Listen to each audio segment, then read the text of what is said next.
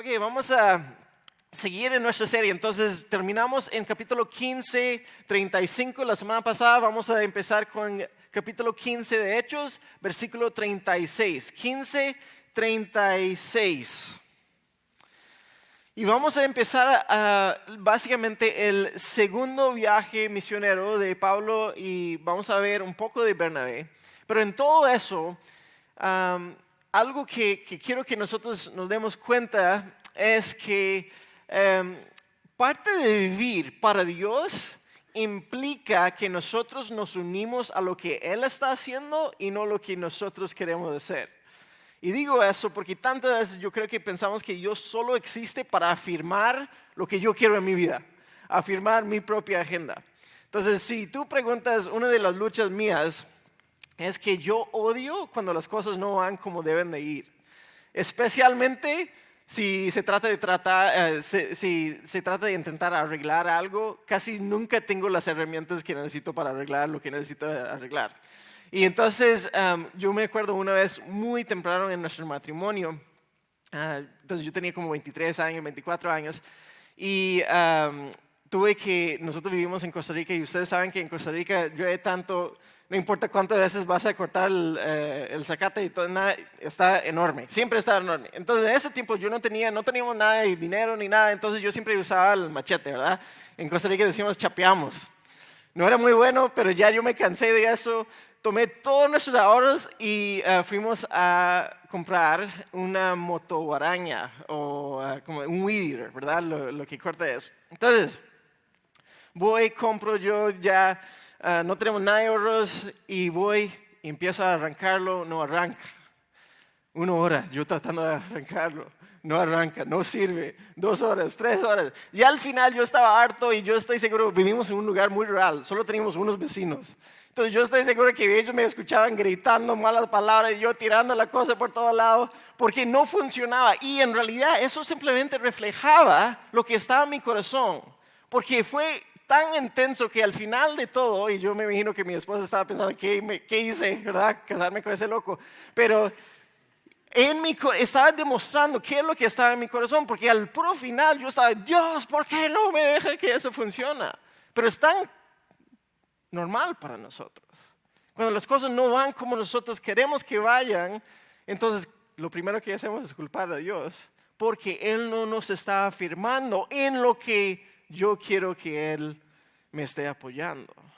No me está dejando hacer.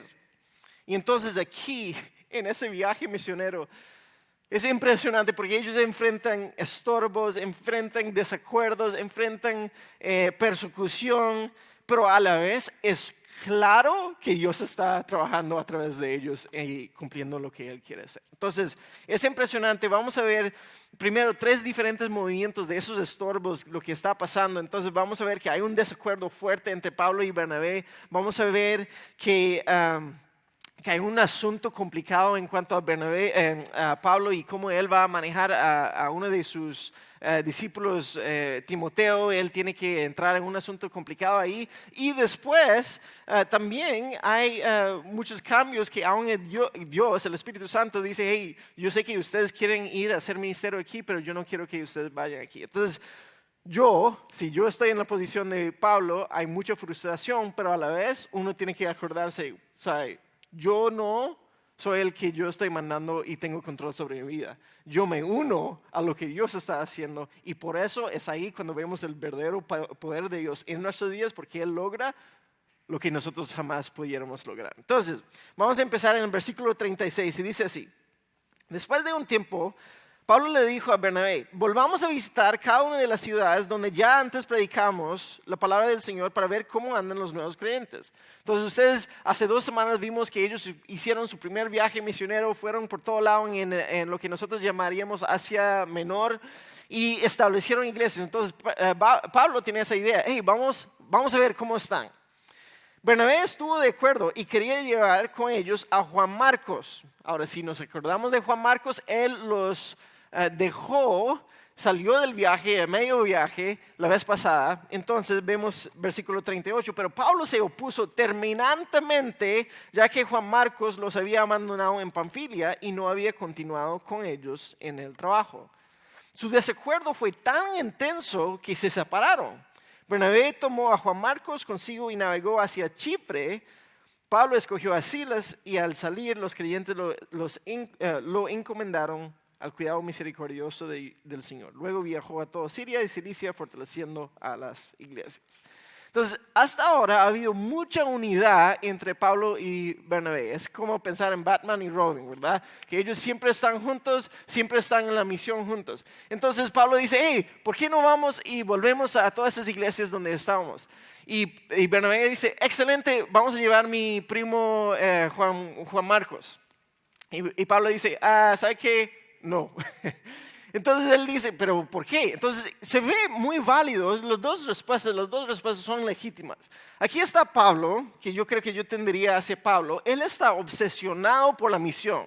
Y él dice, Juan Marcos nos dejó plantados aquí la vez pasada, eso va a perjudicar la misión, yo no lo quiero llevar. Y Bernabé, quien es el que siempre está animando, él dice, no, vamos a traerlo. Entonces tenemos ese conflicto, ese desacuerdo.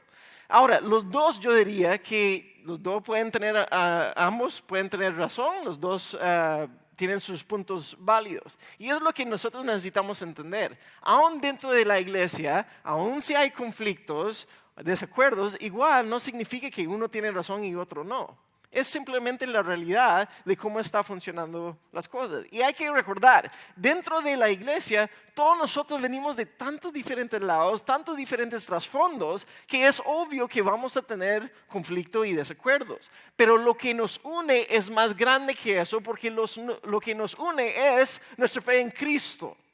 Entonces, aún en eso, aunque vemos que fue un desacuerdo muy fuerte y ellos se separan Batman y Robin, que eso es algo grande, aunque ellos se separan, igual la iglesia confirma en lo que están haciendo cada uno y en vez de un viaje misionero, salen dos. Dios sigue obrando aún a través de esas contenciones, esos problemas. Y vamos a ver después, segundo Timoteo, que Pablo después, él tiene algo bueno para Juan Marcos. Él dice, hey, traiga a Marcos contigo y él lo apoya y eso todavía hay. Pero hay que entender que a veces la resolución en este caso es que se dividan y por eso el ministerio se multiplica cuando no hubiera multiplicado. Entonces, ellos se separan, el reino de Dios sigue expandiendo y llegamos al primer versículo de capítulo 16 y llegamos al segundo punto de complicación en el viaje. Pablo fue primero a Derbe y luego a Listra. Nosotros vimos eso hace 2 semanas, donde había un discípulo joven llamado Timoteo. Aquí está la complicación. Su madre era una creyente judía, pero su padre era griego. Entonces hay una mezcla ahí y eso crea un poco de complicación en lo que están haciendo. Los creyentes de Listra y Iconio tenían un buen concepto de Timoteo, o sea, tenía buena reputación. De modo que Pablo quiso que él los acompañara en el viaje. Hey, él está creciendo, es un discípulo maduro, queremos que él se junte con nosotros para seguir en la misión. Por respeto a los judíos de la región, dispuso que Timoteo se circuncidara antes de salir, ya que todos sabían que su padre era griego. Luego fueron de ciudad en ciudad enseñando a los creyentes a que siguieran las decisiones tomadas por los apóstoles y los ancianos de Jerusalén, así que las iglesias se fortalecían en su fe y el número de creyentes crecía cada día. Entonces, ellos salen de nuevo de Antioquía, van a Derbe, se encuentran en Listra y ahí está Timoteo. Y aquí estamos en ese problema. Pablo está sumamente enfocado en la misión. Parte de esa misión son los judíos. Entonces él no quiere que no haya ningún estorbo. Cuando él está predicando el evangelio, no quiere que el hecho de que esté al lado, que es parte judío, no sea circuncidado. Ahora, no sé si ustedes se acuerdan de todo lo que hablamos la semana pasada. ¿Se acuerdan? ¿Qué es lo que dijeron? Los que no son judíos no deben de tener que circuncidarse. Entonces, nos lo leímos, ellos tomaron la decisión, eso no les va a salvar, eso es algo que todos vamos a decir. Después escribieron una carta, lo enviaron a otra iglesia. Hey, esas personas no tienen que hacer eso. Ahora, si yo soy Timoteo en ese momento, yo digo, Pablo, ¿qué pasó? La semana pasada estás diciendo todo eso y ahora me estás haciendo a mí. Yo soy ya libre en Cristo, no debo de hacer eso. Pero eso es diferente. Ellos no están haciendo eso porque Dios lo va a amar más. No lo está haciendo para agradar a Dios. Lo están haciendo a propósito. Están incomodándose para que la misión de Dios siga adelante. Ahí dice, por respeto a los judíos que van a estar hablando. La acción que Pablo toma muestra que él quiere seguir llegando a los judíos y no quiere que ninguna cosa que ellos están presentando o como personas, él cree que por la sensibilidad cultural, que su credibilidad, su reputación, quienes son ellos, importa. Su testimonio importa. Entonces, él hace que Timoteo se circuncida y lo que no vemos es que Timoteo aparentemente no se oponga a eso, él se somete a la autoridad y ellos están haciendo para ganar credibilidad con la gente. Es impresionante para mí pensar que él estuvo dispuesto a hacer eso y nosotros nos quejamos porque no queremos soltar nuestros derechos. No, yo soy libre en Cristo, entonces yo puedo hacer eso. Ok, sí, tal vez, pero si eso perjudica tu testimonio ante otros, entonces no debes de hacerlo. Después, en 1 Corintios 9, Pablo habla, hey, yo me hago judío para los judíos y gentil para los gentiles, y él no está diciendo que él no tiene posiciones firmes, lo que está diciendo es que yo voy a hacer lo que es necesario para que yo tenga credibilidad con las personas que yo estoy ministrando. Y eso es lo que Dios nos ha llamado a hacer.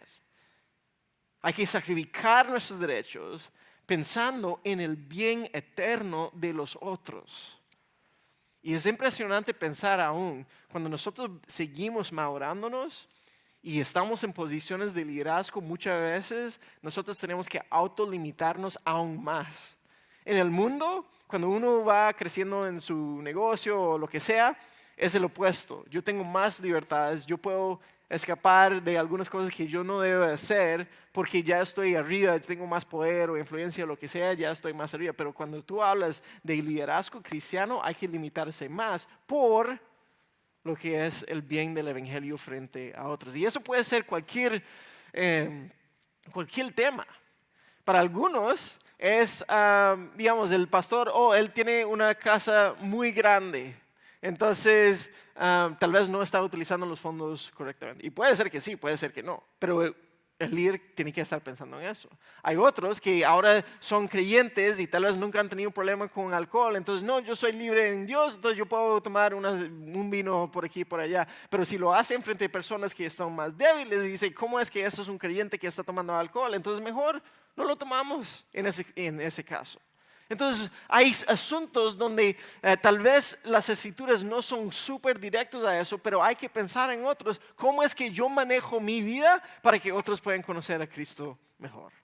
Y entonces yo me autolimito en eso. Y no sé si han dado cuenta, pero la persona que seguimos, él dejó todos sus derechos y privilegios divinos para venir a la tierra, para dar su vida. El que no podía morir, murió para nosotros, para que nosotros pudiéramos tener salvación. Y si Él lo hace, cuanto más Él debe de pedirle a nosotros hacer eso. Entonces, Timoteo lo hace, ellos lo hacen y ellos siguen en el viaje misionero. Versículo 6 dice así: luego Pablo y Silas viajaron por la región de Frigia y Galacia porque el Espíritu Santo, y aquí es muy interesante, les había impedido que predicaran la palabra en la provincia de Asia en ese tiempo. Muy pocas veces vamos a escuchar que el Espíritu Santo impide que ellos prediquen el Evangelio, pero eso no es la única vez.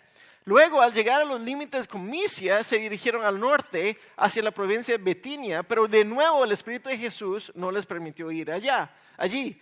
Así que siguieron su viaje por Misia hasta el puerto de Troas. Entonces, eso es donde estamos. Ellos están aquí con Listra, todo lo que pasa con Timoteo está ahí. Entonces aquí están las otras iglesias más o menos que ellos habían empezado. Entonces ese es el plan de Pablo. Él dice, vámonos por aquí.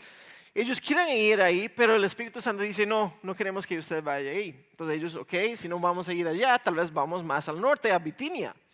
Entonces empiezan por ahí y después aparentemente el Espíritu Santo otra vez dice, hey, pero no quiero que vayan ahí. Ok, ¿a dónde vamos a ir? Entonces llegan, siguen su camino, que muchas veces era mucho más fácil de seguir por la costa, pero en este caso creo que son unos como 400 millas que tienen que pasar por aquí. Obviamente viajar en ese tiempo era muy diferente que hoy en día, mucho más difícil, tomaba mucho tiempo y por fin llegan a Troas. Y mientras que están en Troas, tienen una experiencia muy interesante, pero en eso yo me pongo en los pies o las sandalias de Pablo y yo estoy pensando, no, yo estaría muy, muy frustrado. Y yo sé eso porque mi esposa y yo lo hemos experimentado también. Algunos de ustedes saben nuestra historia y los dos hemos siempre sentido un llamado hacia África. Entonces, como 6 meses después de casarnos, vendimos todo y nos mudamos para África. Sin plan, sin nada, muy locos, pero bueno, lo hicimos. Entonces fuimos allá, nos conectamos con un amigo, pero muy rápidamente, y nosotros habíamos levantado algunos fondos, pero estamos esperando que se vendiera nuestra casa y todo eso. Pero con el paso del tiempo no se vendía la casa, era 2008, obviamente todo el mundo cayó en ese momento, las cosas se puso más difícil y al final de como 8 meses estamos recibiendo un total de como $25 al mes. Entonces ya me di cuenta, yo tengo que hacer algo, ya yo soy responsable por la vida de mi esposa también, volvemos a Costa Rica. Pero eso siempre dejó mi boca, un sabor muy feo en mi boca porque yo pensaba, yo fracasé. Yo estaba seguro que Dios nos había mandado para allá y que íbamos a hacer eso. Y entonces por mucho tiempo, y tal vez todavía, yo a veces me enojo con Dios porque no me dejó hacer lo que yo pensaba que me estaba llamando a hacer. Pero una vez más, no se trata de lo que uno quiere hacer, se trata de lo que Dios está haciendo. Entonces, si yo sigo siendo necio o perseverando en algo, mientras que es obvio que Dios nos está moviendo, hay mucho otro ministerio que no pasa. Grace en español no existe si nosotros nos quedamos allá. Entonces, Dios obra de esa manera y nosotros tenemos que entender eso. Cada persona no puede aprovechar de cada oportunidad, pero todos tenemos la oportunidad de aprovechar de diferentes oportunidades para el evangelio. Y si uno está aquí, si uno es como yo, que vivo en una generación que tenemos, no sé si ustedes han escuchado eso, lo que se llama FOMO, Fear of Missing Out, ¿verdad? El temor de perder oportunidades. Y pensamos, no, pero eso es muy bueno aquí, pero no puedo hacer eso. Entonces andamos en una generación donde vamos por todo lado y tratamos de aprovechar de todo. Pero si no estamos enfocados, entonces a veces no podemos hacer lo que realmente Dios nos ha llamado a hacer. Pero aquí ellos confían en el Señor, hacen eso y entonces por fin en versículo 9 Dios les da un poco de dirección, una puerta abierta. Dice así, versículo 9. Esa noche Pablo tuvo una visión. Puesto de pie, un hombre de Macedonia, al norte de Grecia, le rogaba, ven aquí a Macedonia. ¿Y qué dice la palabra? Ayúdanos. Palabras auxilio. Necesitamos salvación, que alguien nos salve. Entonces decidimos salir de inmediato hacia Macedonia después de haber llegado a la conclusión de que Dios nos llamaba a predicar la buena noticia allá. Entonces ellos van a Listra, no pueden ir a esas iglesias, tratan de ir a Bitinia, no pueden ir ahí, llegan a Troas y aquí tiene un sueño y dicen vamos a ir a Macedonia y lo que van a hacer es terminar en Filipos. Entonces en Filipos es donde termina el resto de toda la historia. Pero en todo eso yo creo que es importante que nosotros reconocemos que todos nuestros planes, todas nuestras estrategias, aún todos nuestros dones, se sujeta a lo que Dios está haciendo en nuestras vidas. Y eso es diferente para cada uno de nosotros. Pastoralmente yo conozco algunas de las cosas que ustedes están pasando, a otros no sé todo lo que está pasando. Pero yo sé casi siempre cuando las cosas no van como nosotros queremos que vayan, normalmente Dios nos está enseñando, ¿sabe qué? Tú no estás encargado, debes de depender de mí.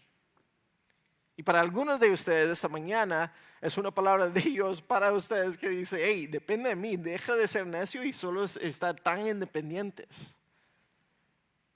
Y las cosas difíciles que están pasando en sus vidas ahora, en realidad es la gracia de Dios en sus vidas ahora para que ustedes puedan decir, es cierto, yo no tengo control sobre nada. Porque aun si todo lo que tú quieres pase en tu vida, al final de la vida, lo que te espera es la muerte. Y tú no puedes operar eso. Pero tenemos un Dios que sí.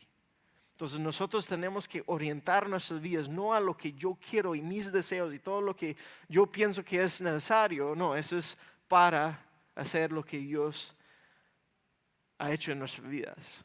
Y digo eso porque hay una gran amenaza dentro de la iglesia que ha cambiado el cristianismo desde estar enfocado en Cristo a estar enfocado en nosotros mismos.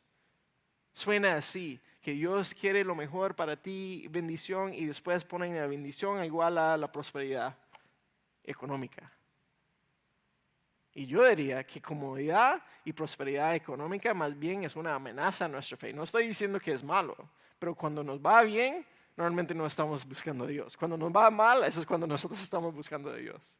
Ayer algunos hombres estábamos juntos y estamos hablando justo de eso, que es un peligro para nosotros.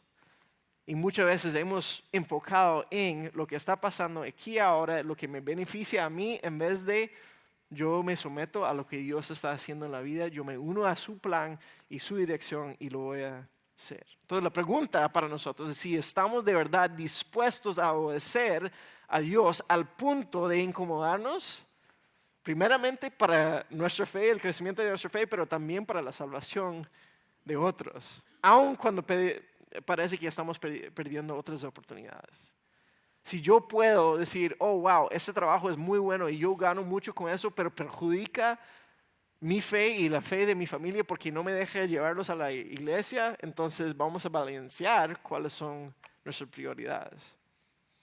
Entonces, ellos llegan a Filipos y ahora van a llegar a, voy a dejarlo en el mapa. Van a llegar a Filipos y vemos ciertos movimientos en Filipos. Obviamente tenemos la carta a los filipenses, entonces vamos a ver el nacimiento y el establecimiento de la iglesia allá, pero hay ciertos movimientos que pasan, hay unos 3 movimientos aquí, o 4 movimientos aquí, donde vamos a ver primeramente Lidia, que es la primera persona que está ayudando en establecer la iglesia. Después vamos a ver una esclava que está poseída por un demonio y eso, por Pablo lidiar con ella, empieza a traer persecución sobre Pablo y Silas y las personas que están con ellos. Entonces, cuando llegan, versículos 11 y 12, llegan a Filipos, es una ciudad principal en ese distrito, una ciudad bastante romano, entonces hay personas de todo el mundo que viven ahí, es una colonia romana. Y llegan ahí y entonces lo primero que hacen es, ok, vamos a buscar a las personas que realmente están buscando al Señor. Entonces bajan al río y ahí en el río encuentran un grupo de personas que están orando. Y una de las personas, ellos empiezan a hablar con ella se llama Lidia. Lidia es una mujer influencial en la ciudad, ella tiene su propio negocio, es alguien bien conocido y ellos están hablando con ellos. Ellos están hablando con ella y ella se convierte. Inmediatamente después de convertirse a eso, entonces a Jesús, ellos la bautizan y ella dice, hey, ¿por qué no vengan a la casa? Vengan a la casa y ahí es realmente donde va a empezar o son las raíces de esa misma iglesia. Entonces la iglesia de Filipos empieza en la casa de esa mujer simplemente porque ella abre esa casa con la hospitalidad de ella. Yo he visto eso repetido miles de veces a través del mundo. Alguien llega a ser creyente y es por su posición, por la influencia que tiene, entonces llega mucha gente. Es lo que nosotros llamaríamos una persona de paz. Y a veces Dios nos guía a esas personas para que nosotros podamos presentarles el evangelio y cuando esa persona ya está conectada con tantas personas, todo el pueblo empieza a conocer de Cristo. Había una iglesia que nosotros en realidad empezamos a reunirnos con un joven muchacho en Costa Rica en un tiempo y él era como un instructor de tenis. Ustedes saben que en esas partes de Costa Rica todo es turismo y todo eso. Y entonces él vivía en una casa de pura madera y que en un lugar muy real. Y yo fui y yo dije, hey, hagamos un estudio bíblico. Él había expresado interés. Entonces la primera semana ahí estábamos él y yo estudiando. La segunda semana llegó otra familia. Entonces ya éramos como 6 personas. Tercera semana había todo el pueblo, había como 75 personas ahí dentro de la casa, todos así. Pero es porque eso es así como Dios trabaja. Él nos da la dirección, llegamos, simplemente obedecemos y de repente hay personas que están muy conectados con todos y Dios empieza a levantar esa iglesia. Entonces eso es lo que está pasando aquí. Y todo el pueblo empieza a ver la influencia de lo que está teniendo ellos. Y entonces versículo 16 dice así: cierto día cuando íbamos al lugar de oración, nos encontramos con una joven esclava que tenía un espíritu que le permitía adivinar el futuro. Interesante. Por medio de la adivinación ganaba mucho dinero para sus amos. Entonces ella es esclava, todo lo que ella hace es para sus amos. Ella seguía a Pablo y también el resto de nosotros gritando: estos hombres son siervos del Dios Altísimo y han venido para decirles cómo ser salvos. Ahora, el mensaje diríamos que está bien, pero eso no es como Pablo lo ve. Versículo 18. Esto mismo sucedió día tras día hasta que Pablo se exasperó de tal manera que se dio la vuelta, le dijo al demonio que estaba dentro de la joven: te ordeno en el nombre de Jesucristo que salgas de ella. Y al instante el demonio la dejó. Ahora, estamos empezando a ver de nuevo esa oposición espiritual a lo que están haciendo. La gran pregunta es esto: pero si está diciendo la verdad, ¿por qué está mal? ¿Por qué Pablo ¿cómo es la palabra? Ajá, eso, gracias. Exaspera con ella. ¿Por qué se enoja tanto con ella? Y es obvio, una vez más, acuérdense, para la misión, él quiere su reputación, la credibilidad de lo que están hablando, es testimonio. Él no quiere que todos sepan que ese mensaje de las buenas noticias está viniendo de una persona endemoniada. Él no quiere que venga de algo poseído, y eso vemos a través aún de los evangelios. Jesús, cuando hay demonios que lo persiguen, dice: ese es el Hijo del Dios Altísimo. Él los calla, porque eso no es donde debe de venir el mensaje. El mensaje viene de los seguidores de Cristo porque es real para ellos. Entonces él se exaspera y dice: hey, en ese momento, por el nombre de Jesús, demuestra toda la autoridad sobre ese demonio y boom, lo expulsa. Es inmediato. Pero obviamente eso tiene perjudicaciones. Para ella, excelente, libre de lo que esa posesión. Pero para los dueños, ¿qué es lo que significa? Pierde todo su ingreso. Entonces eso es donde llegamos. Versículo 19. Las esperanzas de sus amos de hacerse ricos ahora quedaron destruidas. Así que agarraron a Pablo y a Silas y los arrestaron. Entonces vean los verbos que se usan. Agarraron a Pablo y a Silas, eso obviamente es violento. Los arrastraron hasta la plaza del mercado ante las autoridades. Toda la ciudad estaba alborotada a causa de estos judíos. Nota que ellos creen que todavía son judíos.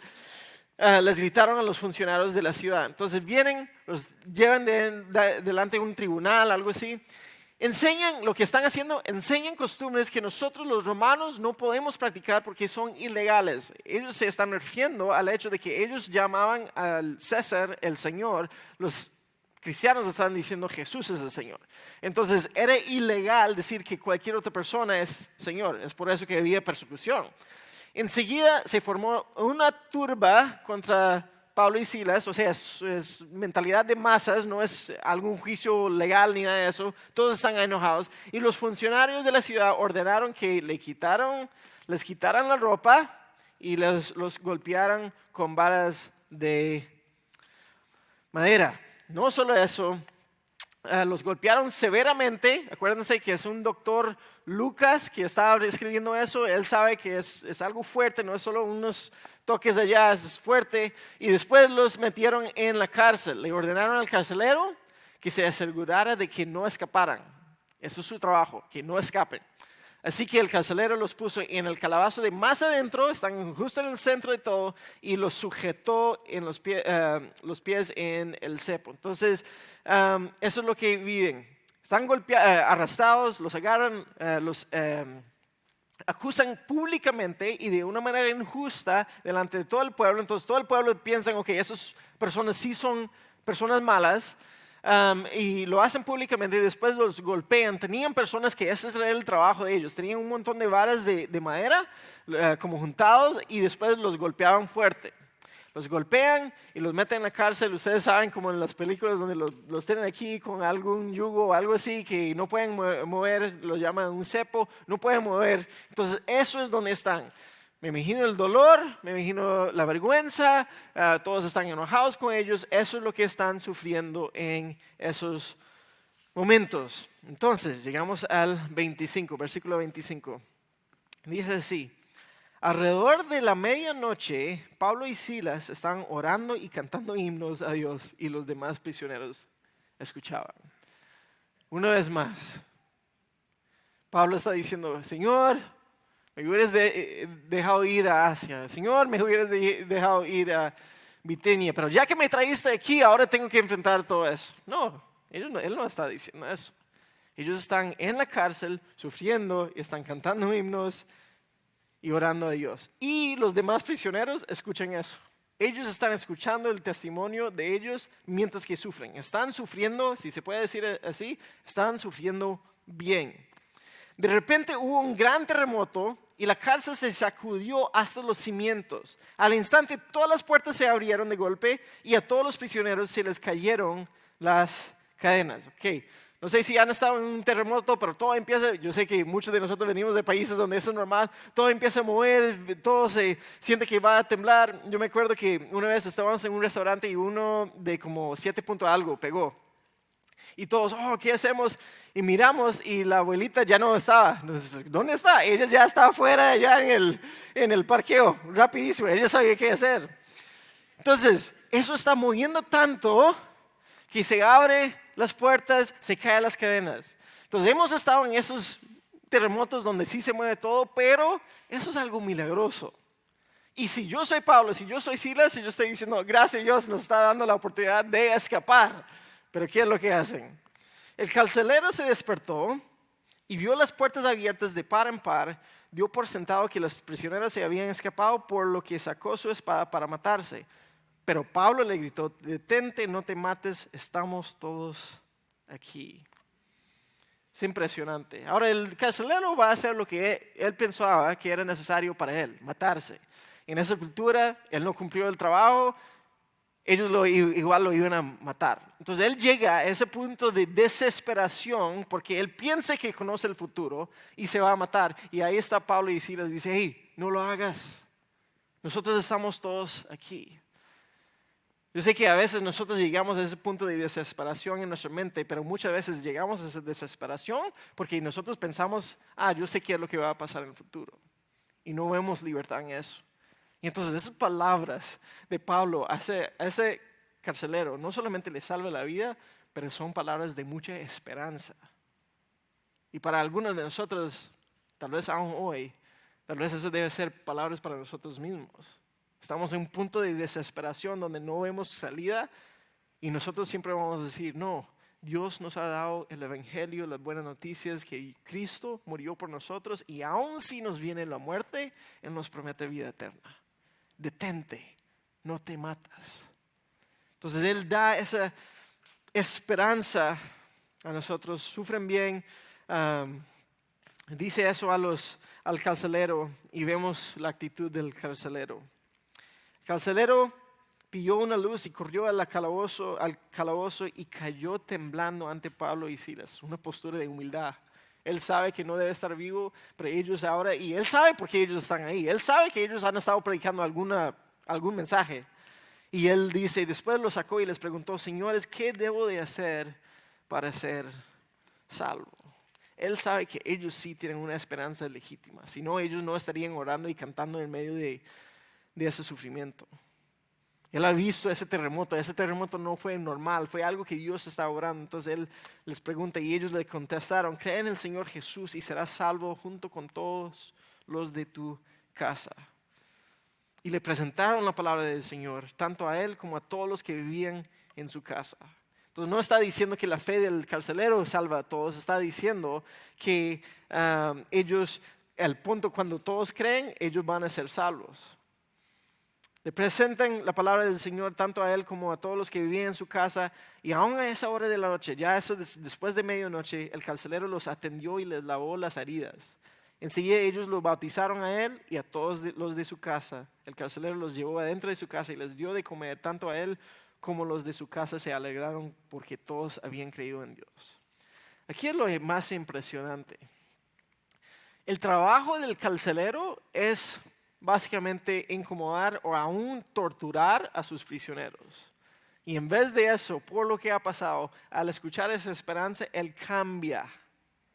Y ahora les está dando hospitalidad y comida. Les está lavando sus heridas en vez de haciendo más dolor a ellos. Y eso es donde nosotros empezamos a ver qué es realmente el arrepentimiento en la vida de ellos. De ese cambio por completo de lo que era a lo que Dios está o quiere de él. El resto del capítulo vemos que los funcionarios de la ciudad mandan a decir, hey, ya pueden soltar a los prisioneros, a Pablo y Silas, pero hágalo callado, que ellos salen. Y Pablo dice, no, hey, ellos nos humillaron públicamente, nos acusaron públicamente, entonces que ellos vengan y nos suelten aquí para reconocer que ellos se equivocaron. Ahora, una vez más, no fue porque él está clamando sus derechos como ser humano, como ciudadano romano, Él lo está haciendo porque él quiere que su mensaje tenga credibilidad. Está diciendo, no, ellos nos metieron en la cárcel y nos acusaron de una manera ilegal, porque somos ciudadanos romanos y igual nos golpearon, pero él quiere que todos vean que ellos tienen que reconocer, no, lo que nosotros estamos diciendo, y por eso nuestro mensaje también está bien, que nosotros nunca hicimos nada mal.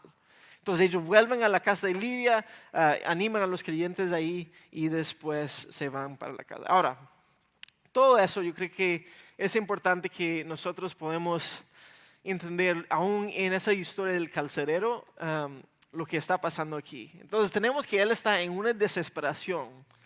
Y en medio de esa desesperación, ellos ofrecen esperanza. Pero ¿cómo ofrecen esa esperanza? A través del evangelio. Entonces, en ese proceso, lo primero, todos nosotros tenemos nuestros tiempos de nuestra vida de desesperación. Pero lo mejor de la desesperación es cuando nosotros reconocemos que nosotros no podemos lidiar con las situaciones. Entonces nos mueve a buscar esperanza en algo fuera de nosotros que no depende de nosotros. Y entonces cuando viene Pablo y dice, cree en el Señor Jesús, el carcelero puede decir, eso es mi esperanza. Y es lo mismo para nosotros. Nosotros enfrentamos tanto en este día y pensamos que podemos manejar, podemos arreglarlo, y Dios eventualmente nos lleva a un punto donde decimos, no podemos. Sea enfermedad, algún problema en su matrimonio, pecado que sigue en su vida, lo que sea, nosotros siempre tenemos que volver a decir, es solo Dios a través de Cristo, el evangelio. Y eso es lo que nos da una esperanza verdadera. Entonces, con esa esperanza ya, el carcelero, ¿qué es lo que demuestra? Él demuestra una postura de humildad.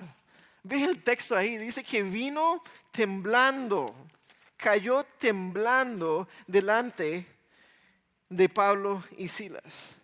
Viene y dice, yo no sé qué es lo que ustedes tienen, pero por favor dígame cómo yo me puedo salvar. Y ellos le ofrecen el evangelio y él está abierto a eso. Muchas veces lo que está pasando en nuestra vida es simplemente Dios humillándonos al punto donde tenemos que realmente nos damos cuenta que lo necesitamos.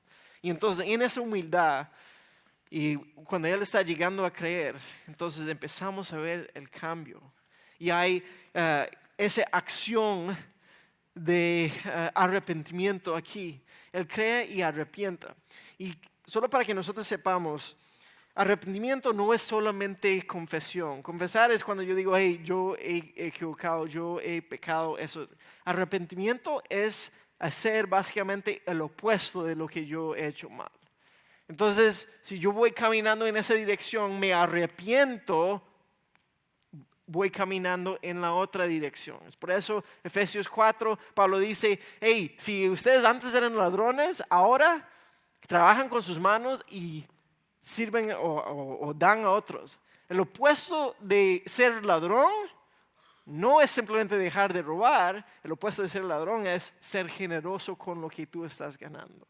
También dice, dejen de decir malas palabras y desanimar a todos, sino utilicen sus palabras para animar a otros.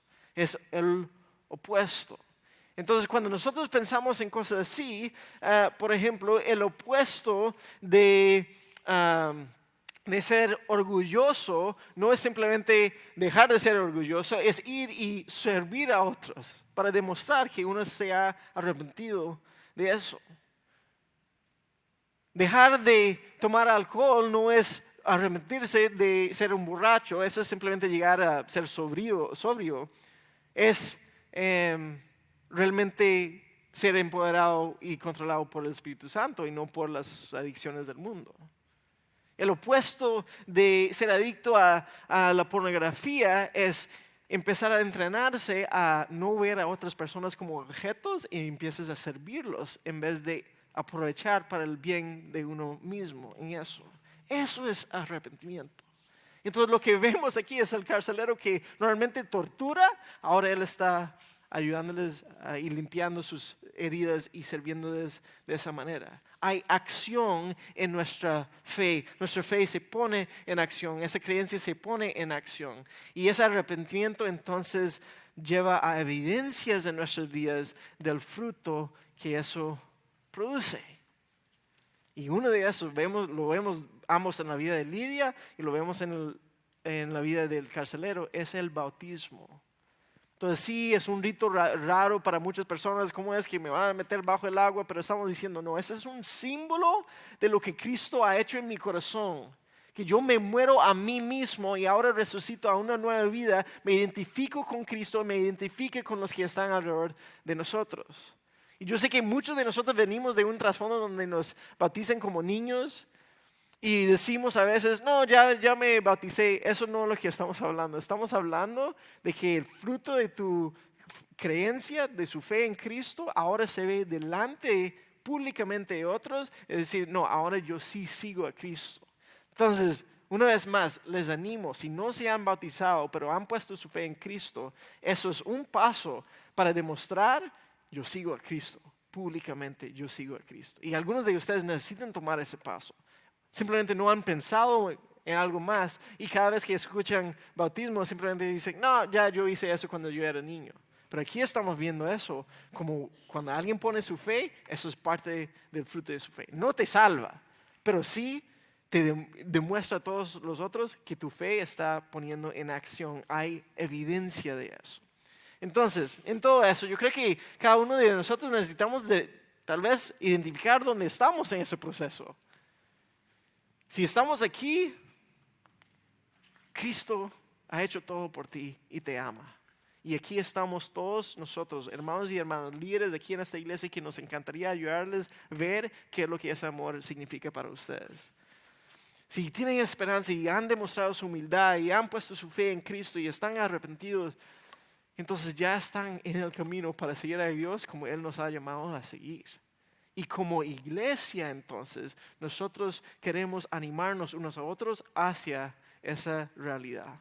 Para otros tal vez ya ustedes han experimentado todo eso. Todavía hay bagaje en su vida que tú tienes que lidiar con todas esas cosas.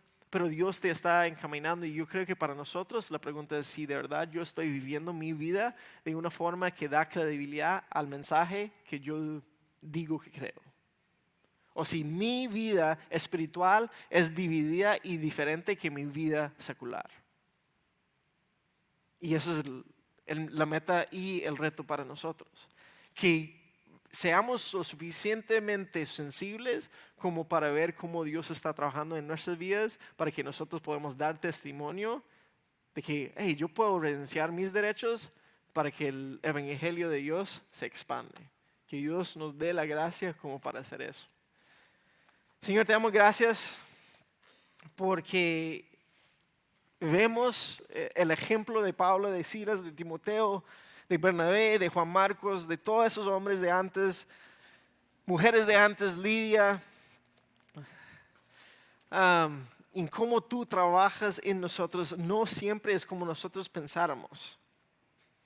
Y a veces nos frustramos tanto porque tú no estás haciendo, cumpliendo, logrando lo que queremos nosotros en nuestras vidas. Y Señor, pedimos perdón porque pensamos que somos mayores y más importantes que tú. Reconocemos que tú eres Dios y nosotros no.